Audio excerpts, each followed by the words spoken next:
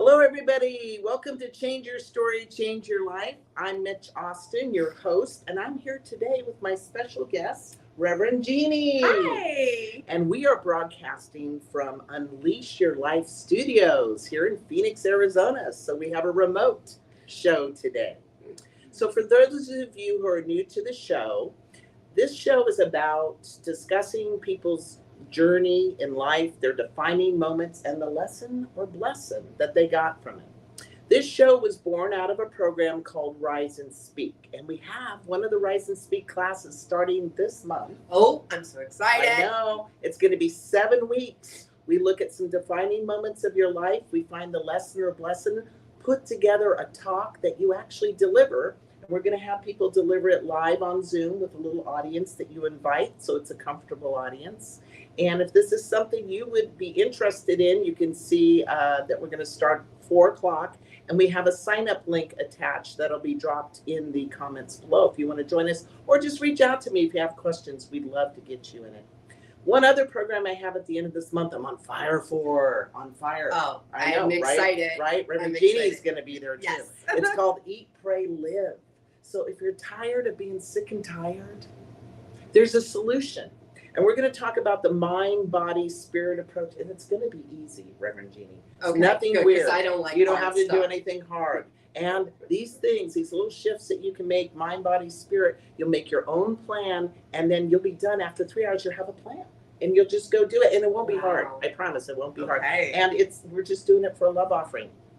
Oh, that's even better. So like I everyone. could change my life and I don't have to be out of $1 million. No, you don't have to spend $1 million. Wow. And it doesn't have to be hard. And we're going to have a good time. So you'll see the link down below. Again, it's Saturday, September 30th. I hope you can join us. It truly is life-changing. So here we are. Here we are. Here we are with Reverend Jennie Soverns. She is a religious science minister, newly minted. Just like me. I'm newly minted. I'm just over a year. Yeah, you're more Just seasoned. She's more seasoned. Yes. Definitely more seasoned. And Reverend Jeannie is the founder of Begin Within Ministries. Co-founder, that's Yes. right, with Michelle Davis. Yes. And this is an intentional collaboration with life coach Michelle Davis. She's also a practitioner. So Reverend Jeannie has dipped her toes into many arenas as for spiritual life coaching, stand-up comedy. Mm-hmm. Stand-up comedy, who knew? Also local theater, cake artistry, travel, writing, and even skydiving. Yes, once. Skydiving, I should take my hat off to you. Really, I could never. Yeah. It's brilliant. Also, Reverend Jeannie, you have over 25 years clean and sober. I do, yes. Just celebrated 26 in July. Fantastic. Congratulations. Thank you. Also, you're very instrumental in supporting people on that journey. Absolutely. Fantastic. Let's see. Reverend Jeannie believes her mission is to be a safe container for hugs, comfort, and humor and compassion to help people live their best lives. Yes. That is awesome. Love it. Well, welcome to the show, Reverend Jeannie. Thank you. So glad you're here. I'm so glad you're here. I'm so glad that we got together. I know. I got to be on your show. Yes. Right? Sofa Sundays. Yes. This past Sunday. So if you guys want to catch that, Go on Facebook, Sofa Sundays. You're also on Instagram. Instagram and YouTube at Begin Within Ministries. Oh, and we had a great conversation. Oh, it was awesome. Oh yes. my God. It was so great to have The you. forgiveness stories and Yes. everything, and your story. Oh, it was great. So yeah, find it. It's going to be amazing. So you've had some life.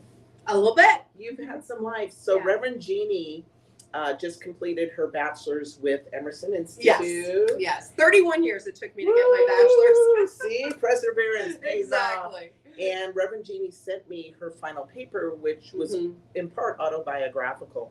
And I was just blown away. I actually feel honored, Reverend you. Jeannie, to have you here and to be sharing your stories of love, hope, and transformation with everybody.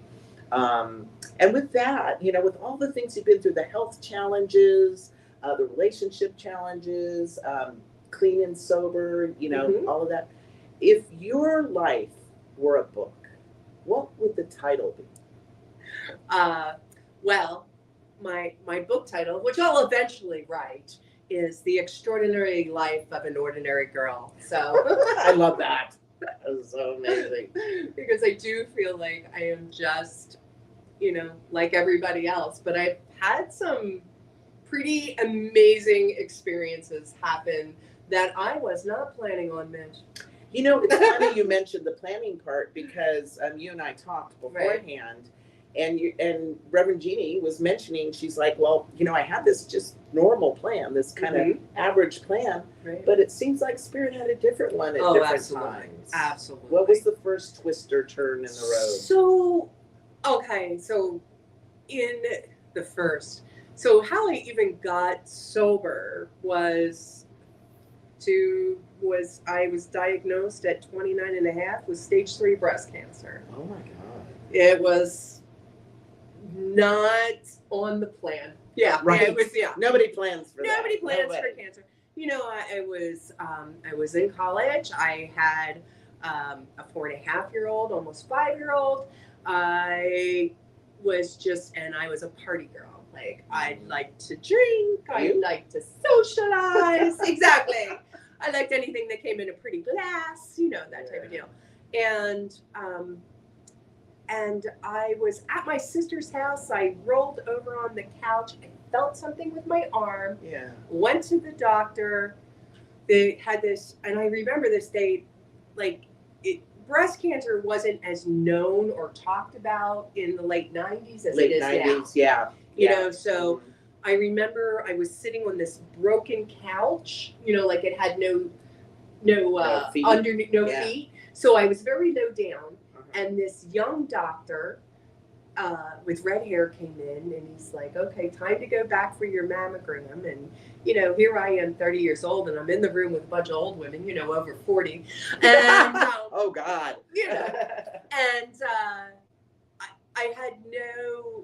I really didn't think it was anything. Yeah. Like, I was a drama queen, so I would say that I was, like, concerned, but I really didn't think it was anything. You were juicing it for a little bit of attention. Oh, absolutely. But then when it came back that it was, I was like, oh, are you kidding me?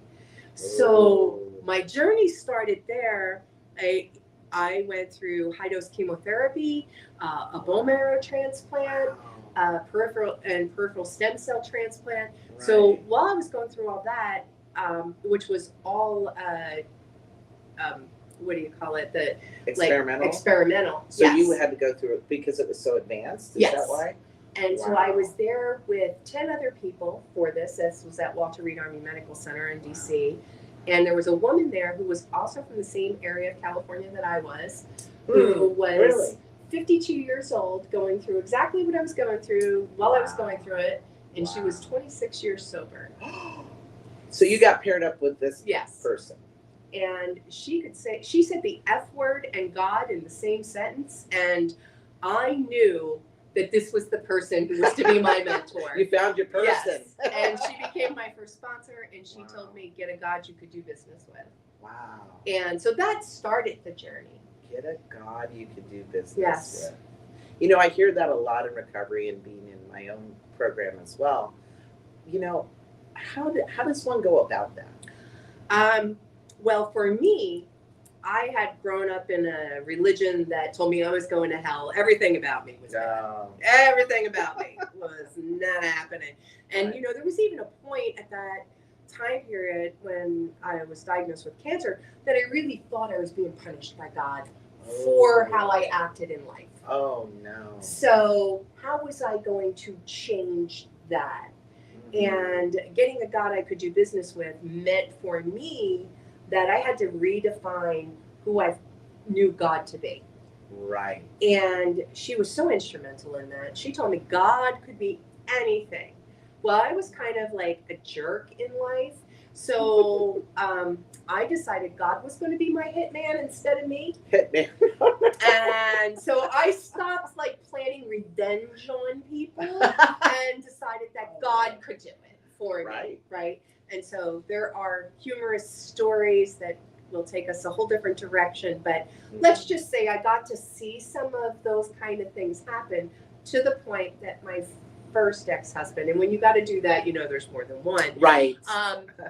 Said he was going through something, and he told me about it, and he said, "Oh, I'm so sorry. I'll pray for you." And he goes, "Please don't," because my prayers were what people thought were causing issues for them.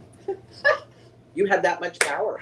Apparently. Wow. According to people who were witnessing these things. Yes. Wow. So look at you. It was awfully funny. Yeah. And Mary isn't that interesting how you got paired up?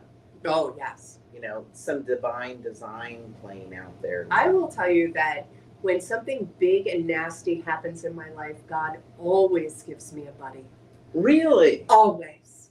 I have not experienced anything from breakups to bankruptcy to movings to you name it.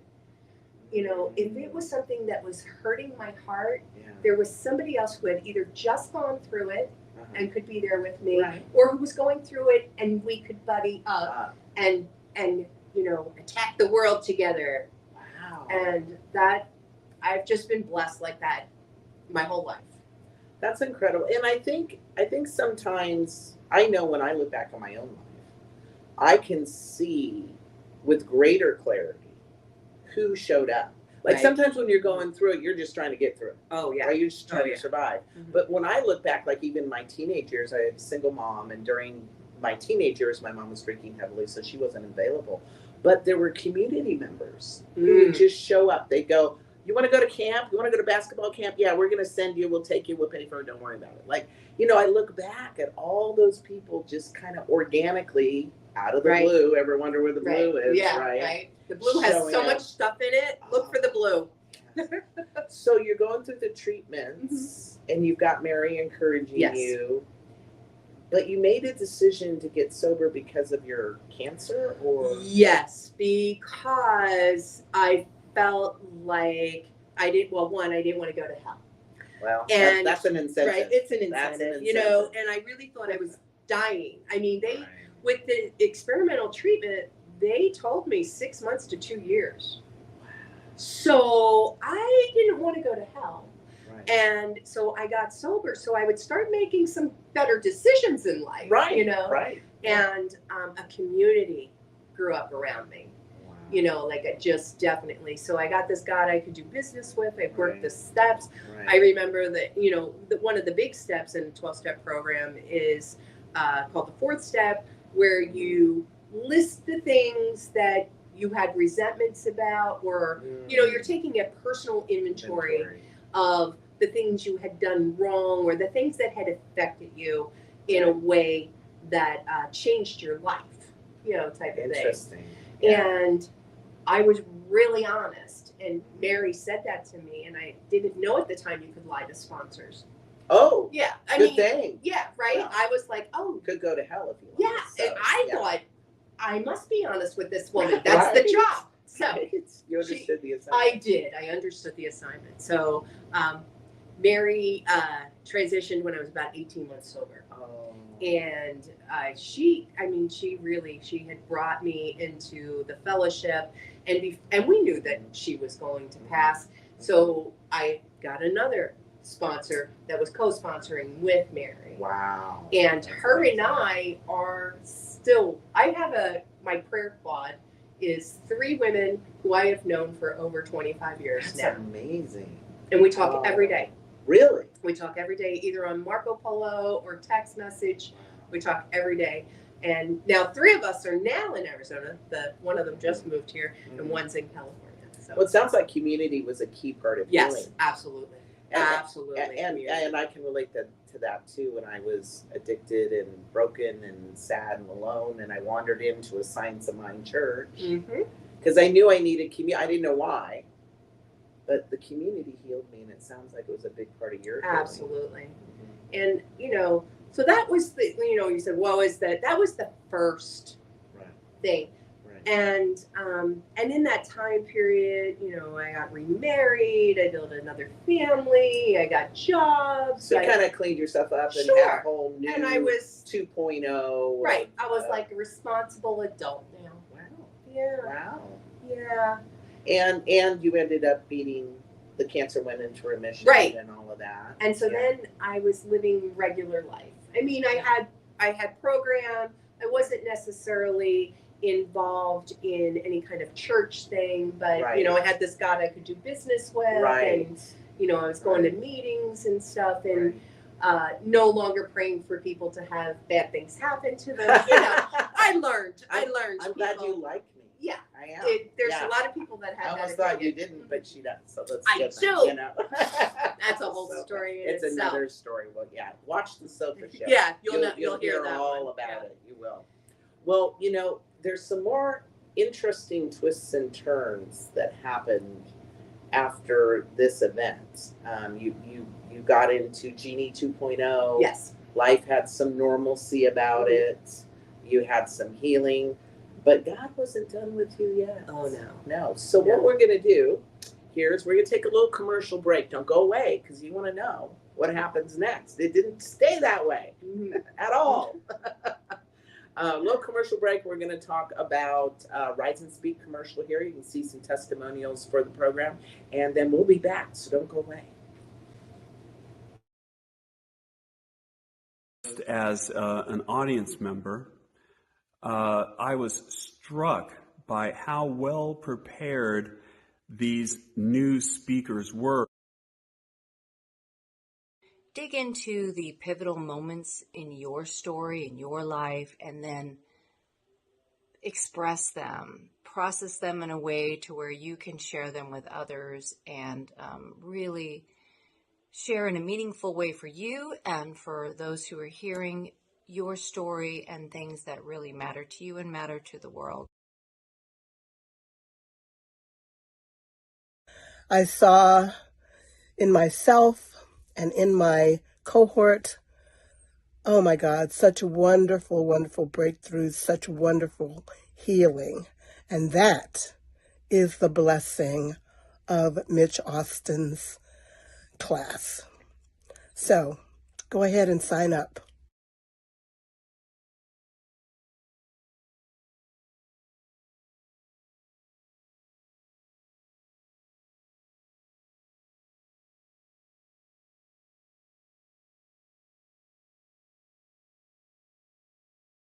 Welcome back to Change Your Story, Change Your Life. I'm here with Reverend Jennie Soverns, who is our guest today, and we are broadcasting from Unleash Your Life Studios. Yes, here in Phoenix. Yes. Also home of Sofa Sundays, which I was on this past Sunday. So Reverend Jennie, here you are, Reverend Jennie, or Jeannie 2.0, new husband, life's going good, in recovery, and until I realized that being gay wasn't a phase. Oh. And that, so my second husband was let's just backtrack. Both my husbands knew I was gay. I had said that, that's my disclaimer in my first date. But my second husband, he used to make this comment. He's like, I was looking for the woman of my dreams. I didn't know she was looking for the woman of hers. So that's a good line. Yeah. So him and I still remain friends, and it was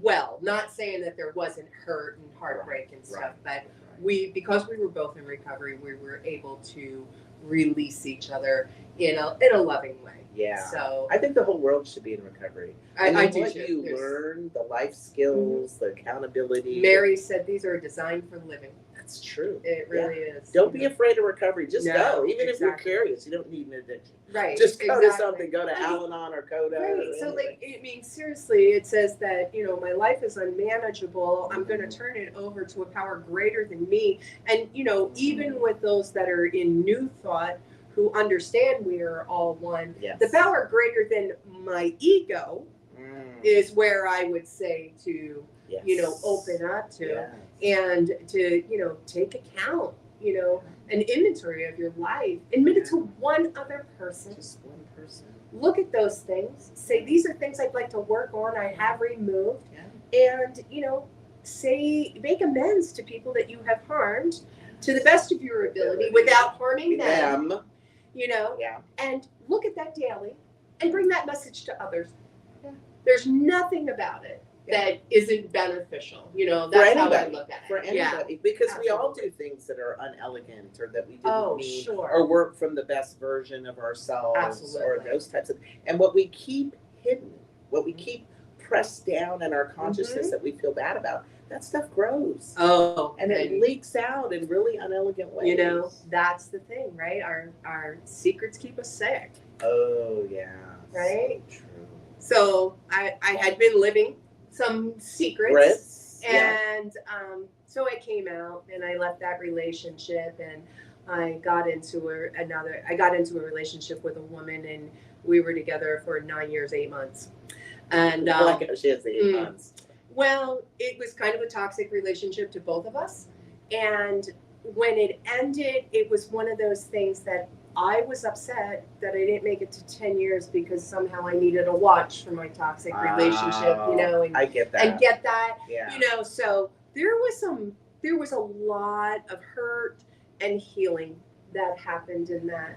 But I say this to tell you, I had forgotten the lesson and the blessing from the original cancer, which I call OG cancer. OG, what's that? Right, the original. Original. Yeah, the original cancer. OG. The OG. Because when that happened, I knew that every moment was a gift, every day was a gift, and I lived from that for so long. But then life caught up, and I was paying bills, and I was having jobs, and I was having kids, and and I forgot. So, in 2019, living my best life, okay, I had found my way to a New Thought Center in 2014 after the end of the relationship, and I spent some time working on me, and then my current partner, I started dating, and we grew together in spirit and together as partners, and I had a center that I loved. So life really up-leveled. Oh, it did. Once you stepped into your authentic self. Yes. And remembered that gift. Yes. And did that support you in like stepping into your authentic self? Yes. More? I think so. Absolutely. And finding a New Thoughts, a religious science church, now all the things I had believed, like since I was a teenager, right?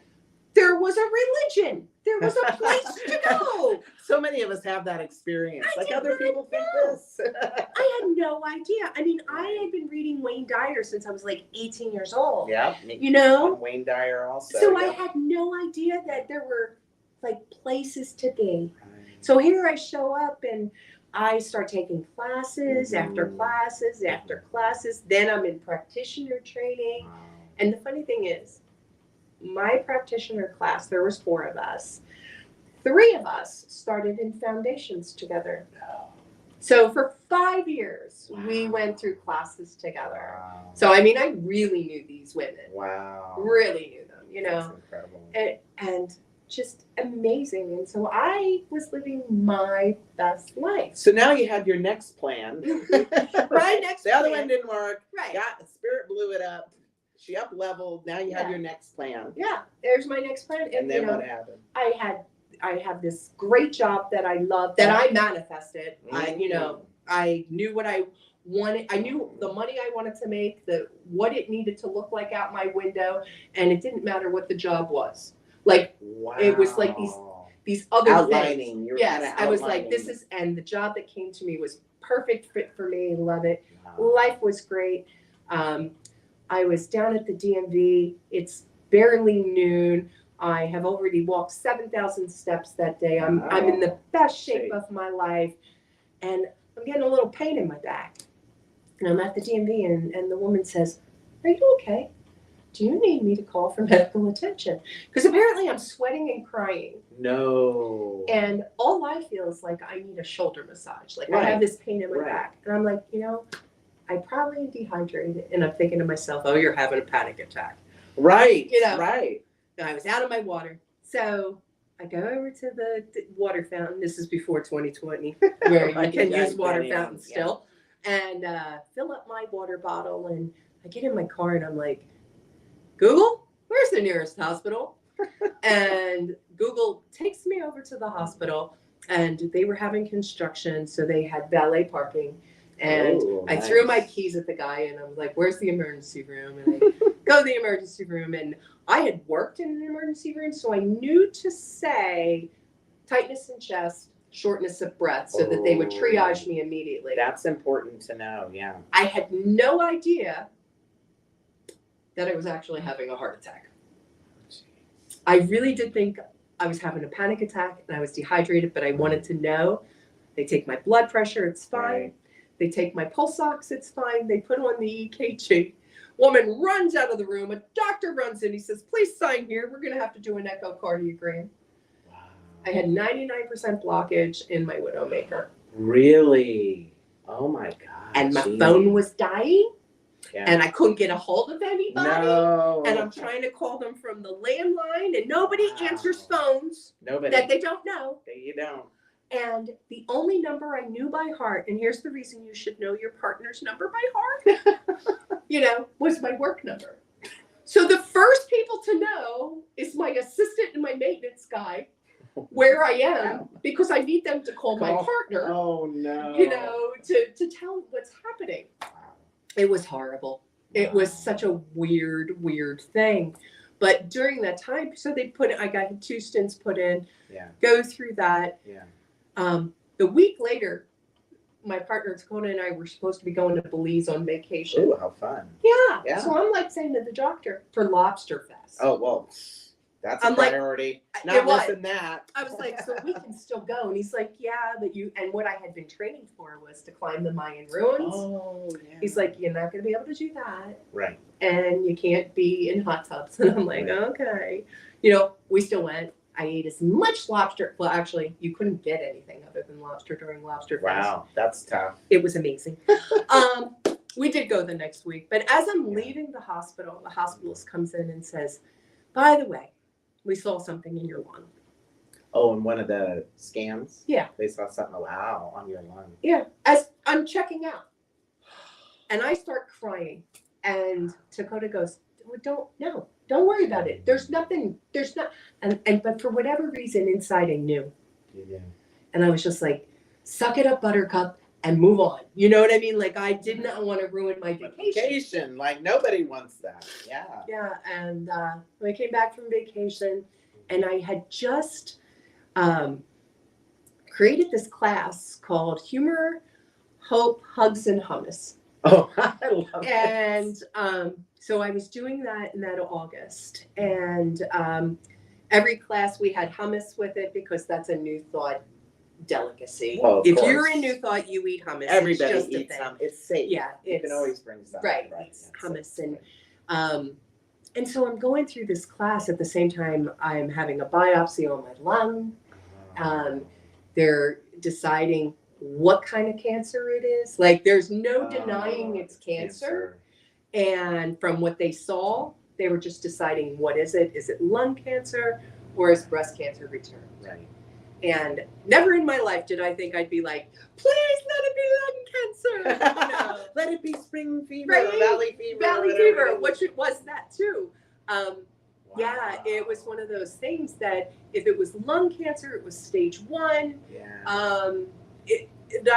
Like not a big deal. Right. We'll take it out. Right. If it's breast cancer, now it's stage 4, it's metastatic, and 22 years.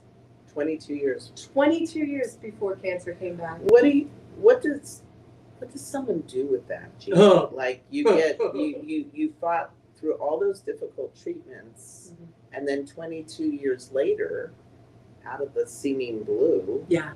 what do you do with that? Well, I wasn't nice about it. I had a very dark night of the soul.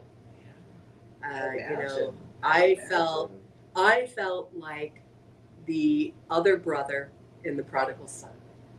The good son. The right? good son. Yep. Here I am a practitioner. I'm living a life of prayer and meditation and honesty and helping Cleaned everything others. up, made all the apologies. I have done the deal, and I gave it the office. I've already done this gig, Right. right? Right. So, yeah. Why is it back for me? And being a good New Thought person, I started to question, what was I thinking that created this? And not only you, didn't other people? Oh, I had a mentor, who I thought was a mentor, say that to me, and it broke my heart. I mean, you could never beat me up as much as I beat me up. Right. And to have someone else say, my thoughts created this,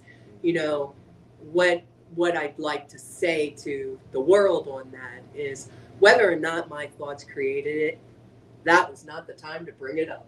That's not a healing statement. Not at all. When you're in that state. No. Yeah. And I was reminded, you and I had talked about this, Reverend Jeannie, and Ernest Holmes taught this too. Like, if you have your cup of consciousness has something cloudy in it, it isn't helpful to try and go fish it out. Right. He says to pour more clean, more high energy, more meditation, more healing, more affirmations. So that stuff just leaves. Right. You don't even need to know what it is. Exactly. You don't need to know who shot you with an arrow. Just get the arrow out. Amen. Yeah. Yeah. And I really want to encourage people, especially, a lot of metaphysicians are watching this.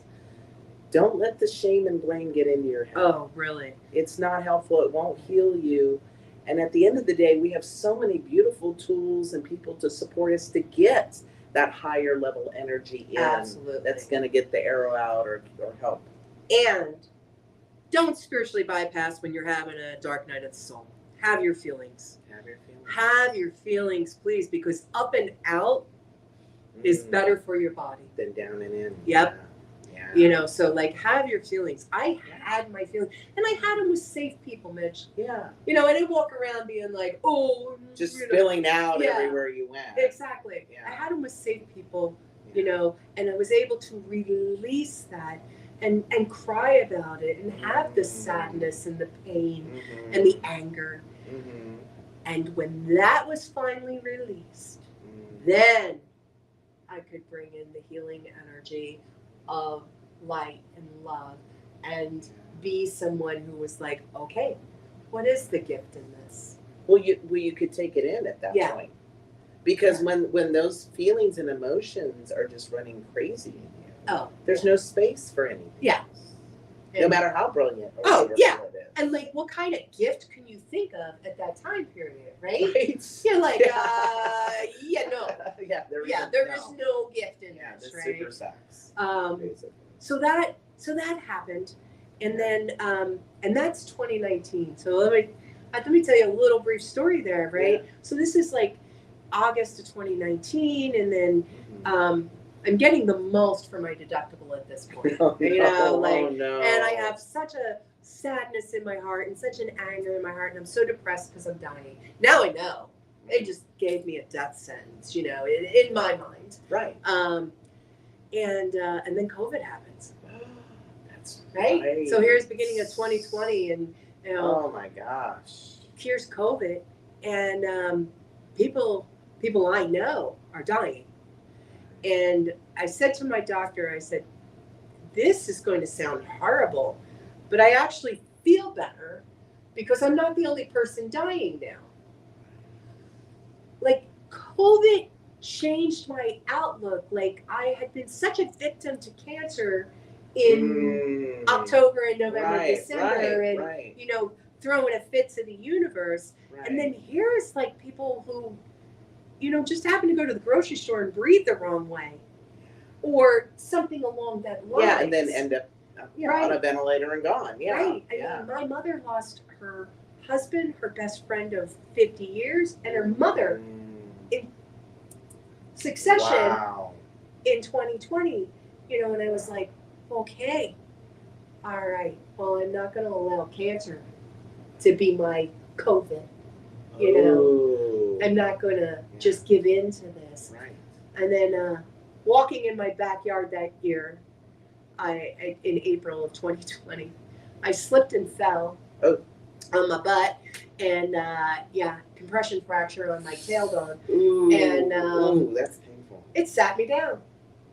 Oh, it's like God just got you by the short hairs and just said, "You're going to be still." COVID, cancer, and the fall sat me down for 2020. You know, I was not moving. I wasn't a human doing. I had to sit still. And what was the blessing? So, my original plan had been to be a minister. The plan. There goes plan. My plan was to be a minister sometime in my 60s. I was going to be a practitioner for, you know, and I had it set up. Right. And then I had all this time.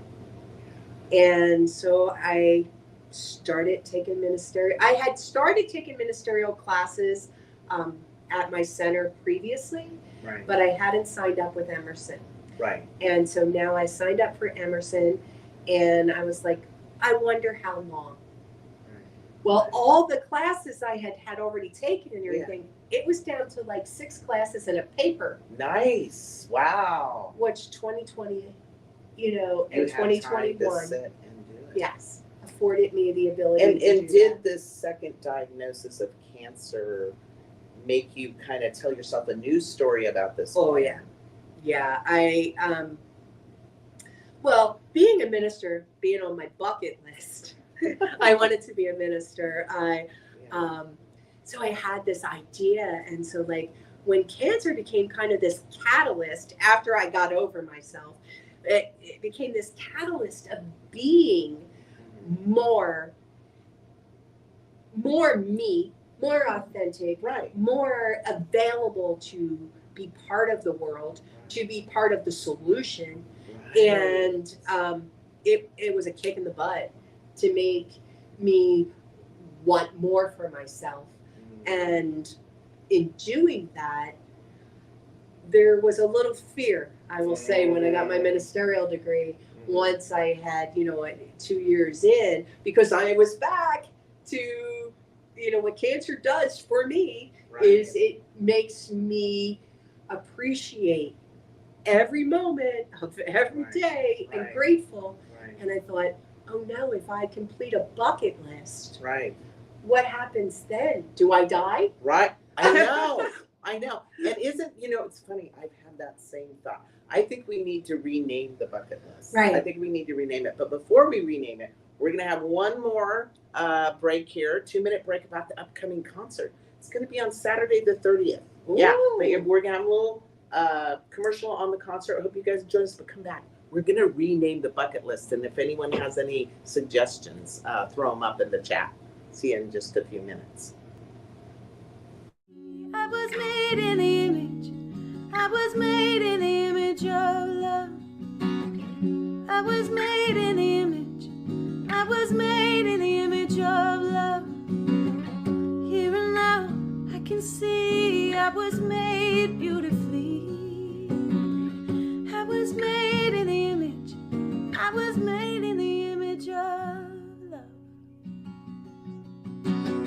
Wish we'd all stop acting like we're strangers if we could see underneath. We are one family, and it don't matter where heart beats to the rhythm of one love. One love, one love. Every heart beats to the rhythm of one love.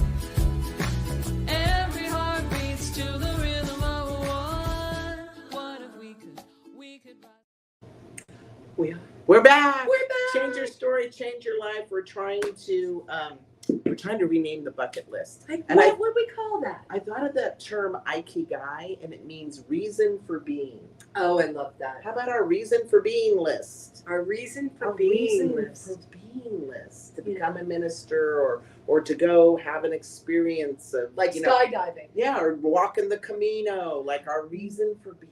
Yes. Like I'm gonna call it a reason for being list. Our What, have we reason got any for other being. comments? No. Yeah, what do you We have? do. Let me see. Somebody just texted me. Because I do think that when it's called the bucket list, we think these are the things we need to do before we die. And we're putting death in there. Right. Yeah. Subconsciously too. We Right. don't want that. And I believe in the eternality of our souls. Right. So, This is Yeah. what we need to do while we're alive. right. In all ways, Different. shape, and form. To Yeah. bring more life into life. Yes. The more life list. The more Ooh, life list. I'm going to call it that now. There we Have a go. more life list. That's even better. Yeah, it was definitely something. And so there I was, and that happened last year. But wait, there was a little more. Just a little bit more. Oh, no. I had some more experiences with life and with people and decisions. And so the center that had been everything to me for 10 years, I chose to leave. That must have been hard. It was no longer a good fit for either of us, in my opinion. And Right. and I felt a little lost. Was that your home center that you Yes. started at? Yes. Because I've talked to other people who've went through this, where they've had a home center, they've been there a while, but then they're feeling as if it's complete or as if it's time. What do you do with that? Like, how did you process that? Well, one, I have a practitioner. I have a practitioner that I work with, who was not from that center. So that kept it clean. That's right? good, yeah. I went to therapy because it was a big deal, and it was a big change and a big decision. Right. And so I needed outside help. Yeah. In addition to my own spiritual practices of prayer Right. and journaling and meditation, I did all those things. And, intuitively, I knew it was time. And I released it with love. And how did it feel? It felt good. See, that's how I know Felt you good. make the right decision. Like sometimes you can make the right decision that feels hard, but on the other side it feels good. Yeah. You know? It felt good. Yeah. But then I was like, blank slate, What do you do? open canvas. What do you do? happens? And I visited a few centers that I love in Phoenix, with people that are there from my previous center at different places. So that was awesome. Nice. And then I had coffee with my friend Michelle, and she's like, I would love to do a conversational living room type of scenario, like Ernest and, Fenwick or and all whoever. them did Yeah. back in the day. Yeah. Like Yeah. where we discuss spiritual principles and how they can apply to our lives and create a community. Right. And I was like, oh, that sounds kind of cool. We could do it on Sundays on a sofa. And she's like, oh, I love that. Yeah. Wow. And that's how it was born.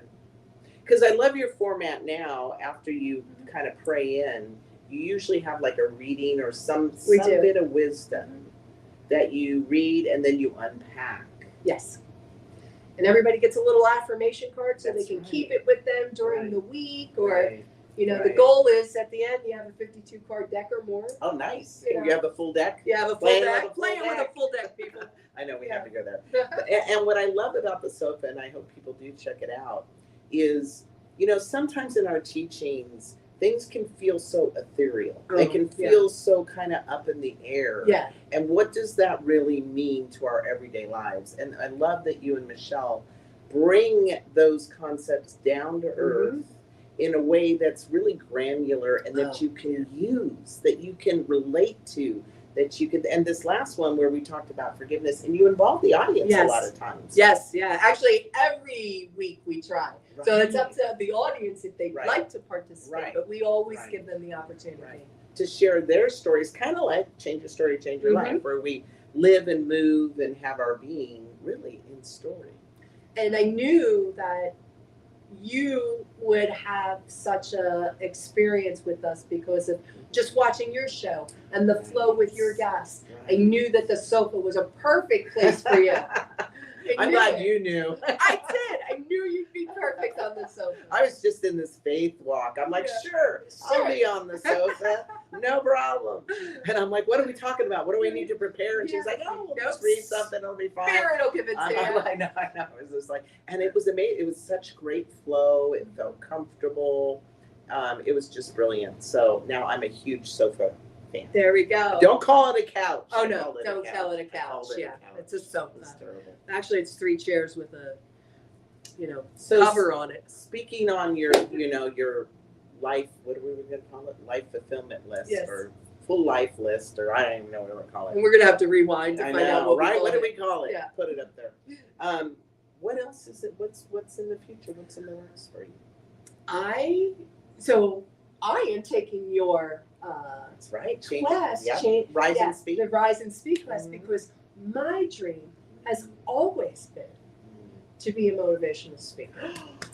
So Love it. I'm taking Love that it. class because Love I it. do want to have a TED Talk someday, Yes. Yes. And yes. that is, I feel like I have a lot to bring to the world, and I want to be able to do that in a succinct way. Absolutely. And you're so natural too. Thank you. Jeannie.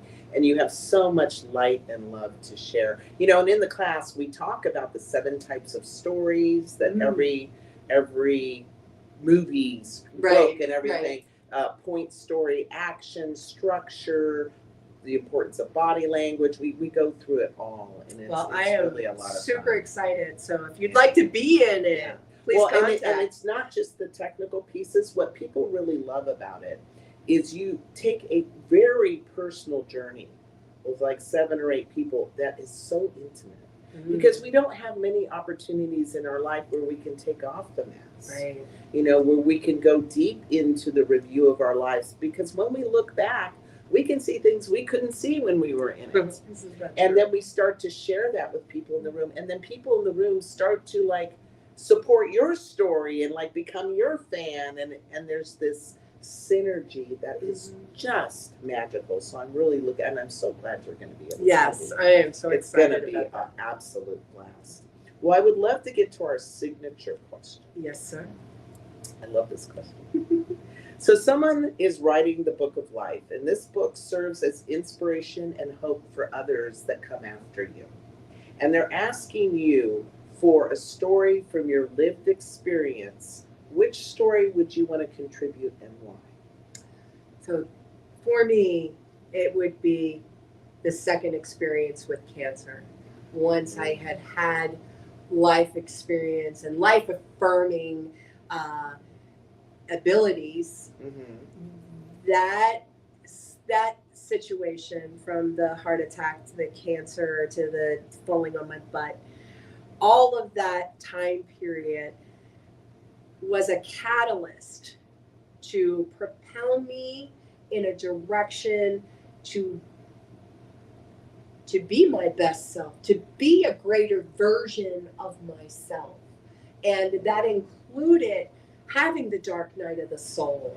It included not having the support come from the people I expected, yet come from those I never even intended would be there. Right. So if I could, that 6-month time period of my life was so transformational to me that I sit here before you as Reverend Jeannie with a bachelor's degree, working on her master's in religious studies. Something that was over there became a right here and now. Because where would you be and what would you be doing if that hadn't happened? I would still probably be at my center doing my everyday thing. I definitely wouldn't be on the sofa. Right. I You wouldn't wouldn't. be on the sofa. We wouldn't have that community. You wouldn't be here. I wouldn't be here. Probably wouldn't be doing the. I wouldn't have gone motivation. to Anton. Anton, the Right. affiliated New Thought Network conference. We wouldn't have met. Right, we wouldn't have met. I mean, there's so many things that I would have just been, which was a fine life, Mitch. Yeah. It was fine. Yeah. It wasn't bad. It wasn't but it up leveled. And, you know. Now, it up leveled now. It up leveled. Yeah. Mm. And Mm. I would not want to go back. Ooh, that's a powerful statement. Because I think it's easy sometimes to feel like these challenges take something away. Right.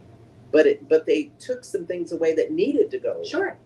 Yeah. And then replaced it with things that are giving you more life. And I don't think I would have done it without it. Right. Right.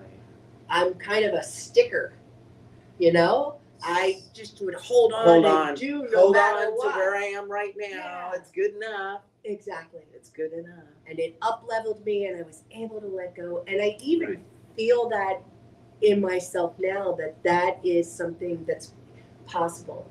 Like the sticker was just that hold on, grasp, that person's gone. Because now you know you can let go. Yeah. And that it's for the better. Yes. You know, for the best. You know, I don't believe the universe brought me this far to drop me on my head. Isn't that true? Don't we forget that sometimes? Yep. It's easy to forget that we've been through all this, and every time we've been caught. Every time. Yeah. God don't drop us. Nope. You know, I love the saying that Buddha says. He says, the trouble is, we think we have time. The trouble is, we think we have time. And we don't. Mm-hmm. The time is now. Always. For everything. And I do a lot of spiritual counseling, and people are like, well, I'm not ready, or when I'm ready. And I'm like, no, you'll never feel ready. Mm-hmm. Yeah. For any big change, any moves you want to make, becoming a minister or starting a show or to going on a food plan. Right. It doesn't matter. Right. Whatever. The time is now. The time is now because the clock's a ticking, and we don't know when the last tick is. So the time is always now. And I love like how you've had 3 plans. Yes. You know, I love to say, God, we plan and God laughs. Like, exactly. And you go ahead and think you're going to wait till you're 60 something. Right. I was thinking it was my retirement gig. Oh my goodness. Well, thank you so much for being on this show. Thank you. I so appreciate you. I'm so glad we got to do this in person, too. I know, right?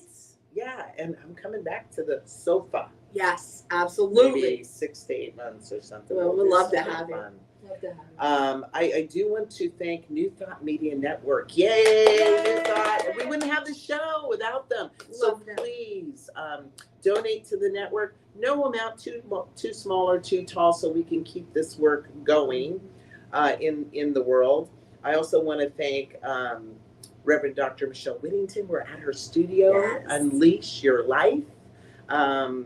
And also Begin Within Ministries, who's helped support me coming out and being here. Our producer, Laura Brzezinski, she's doing an amazing job for us.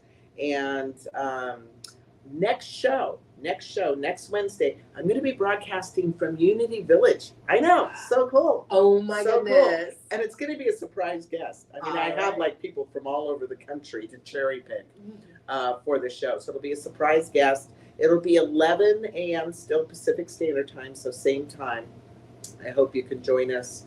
And until we meet again, share your story and share your light. Thank you all, everybody. Bye.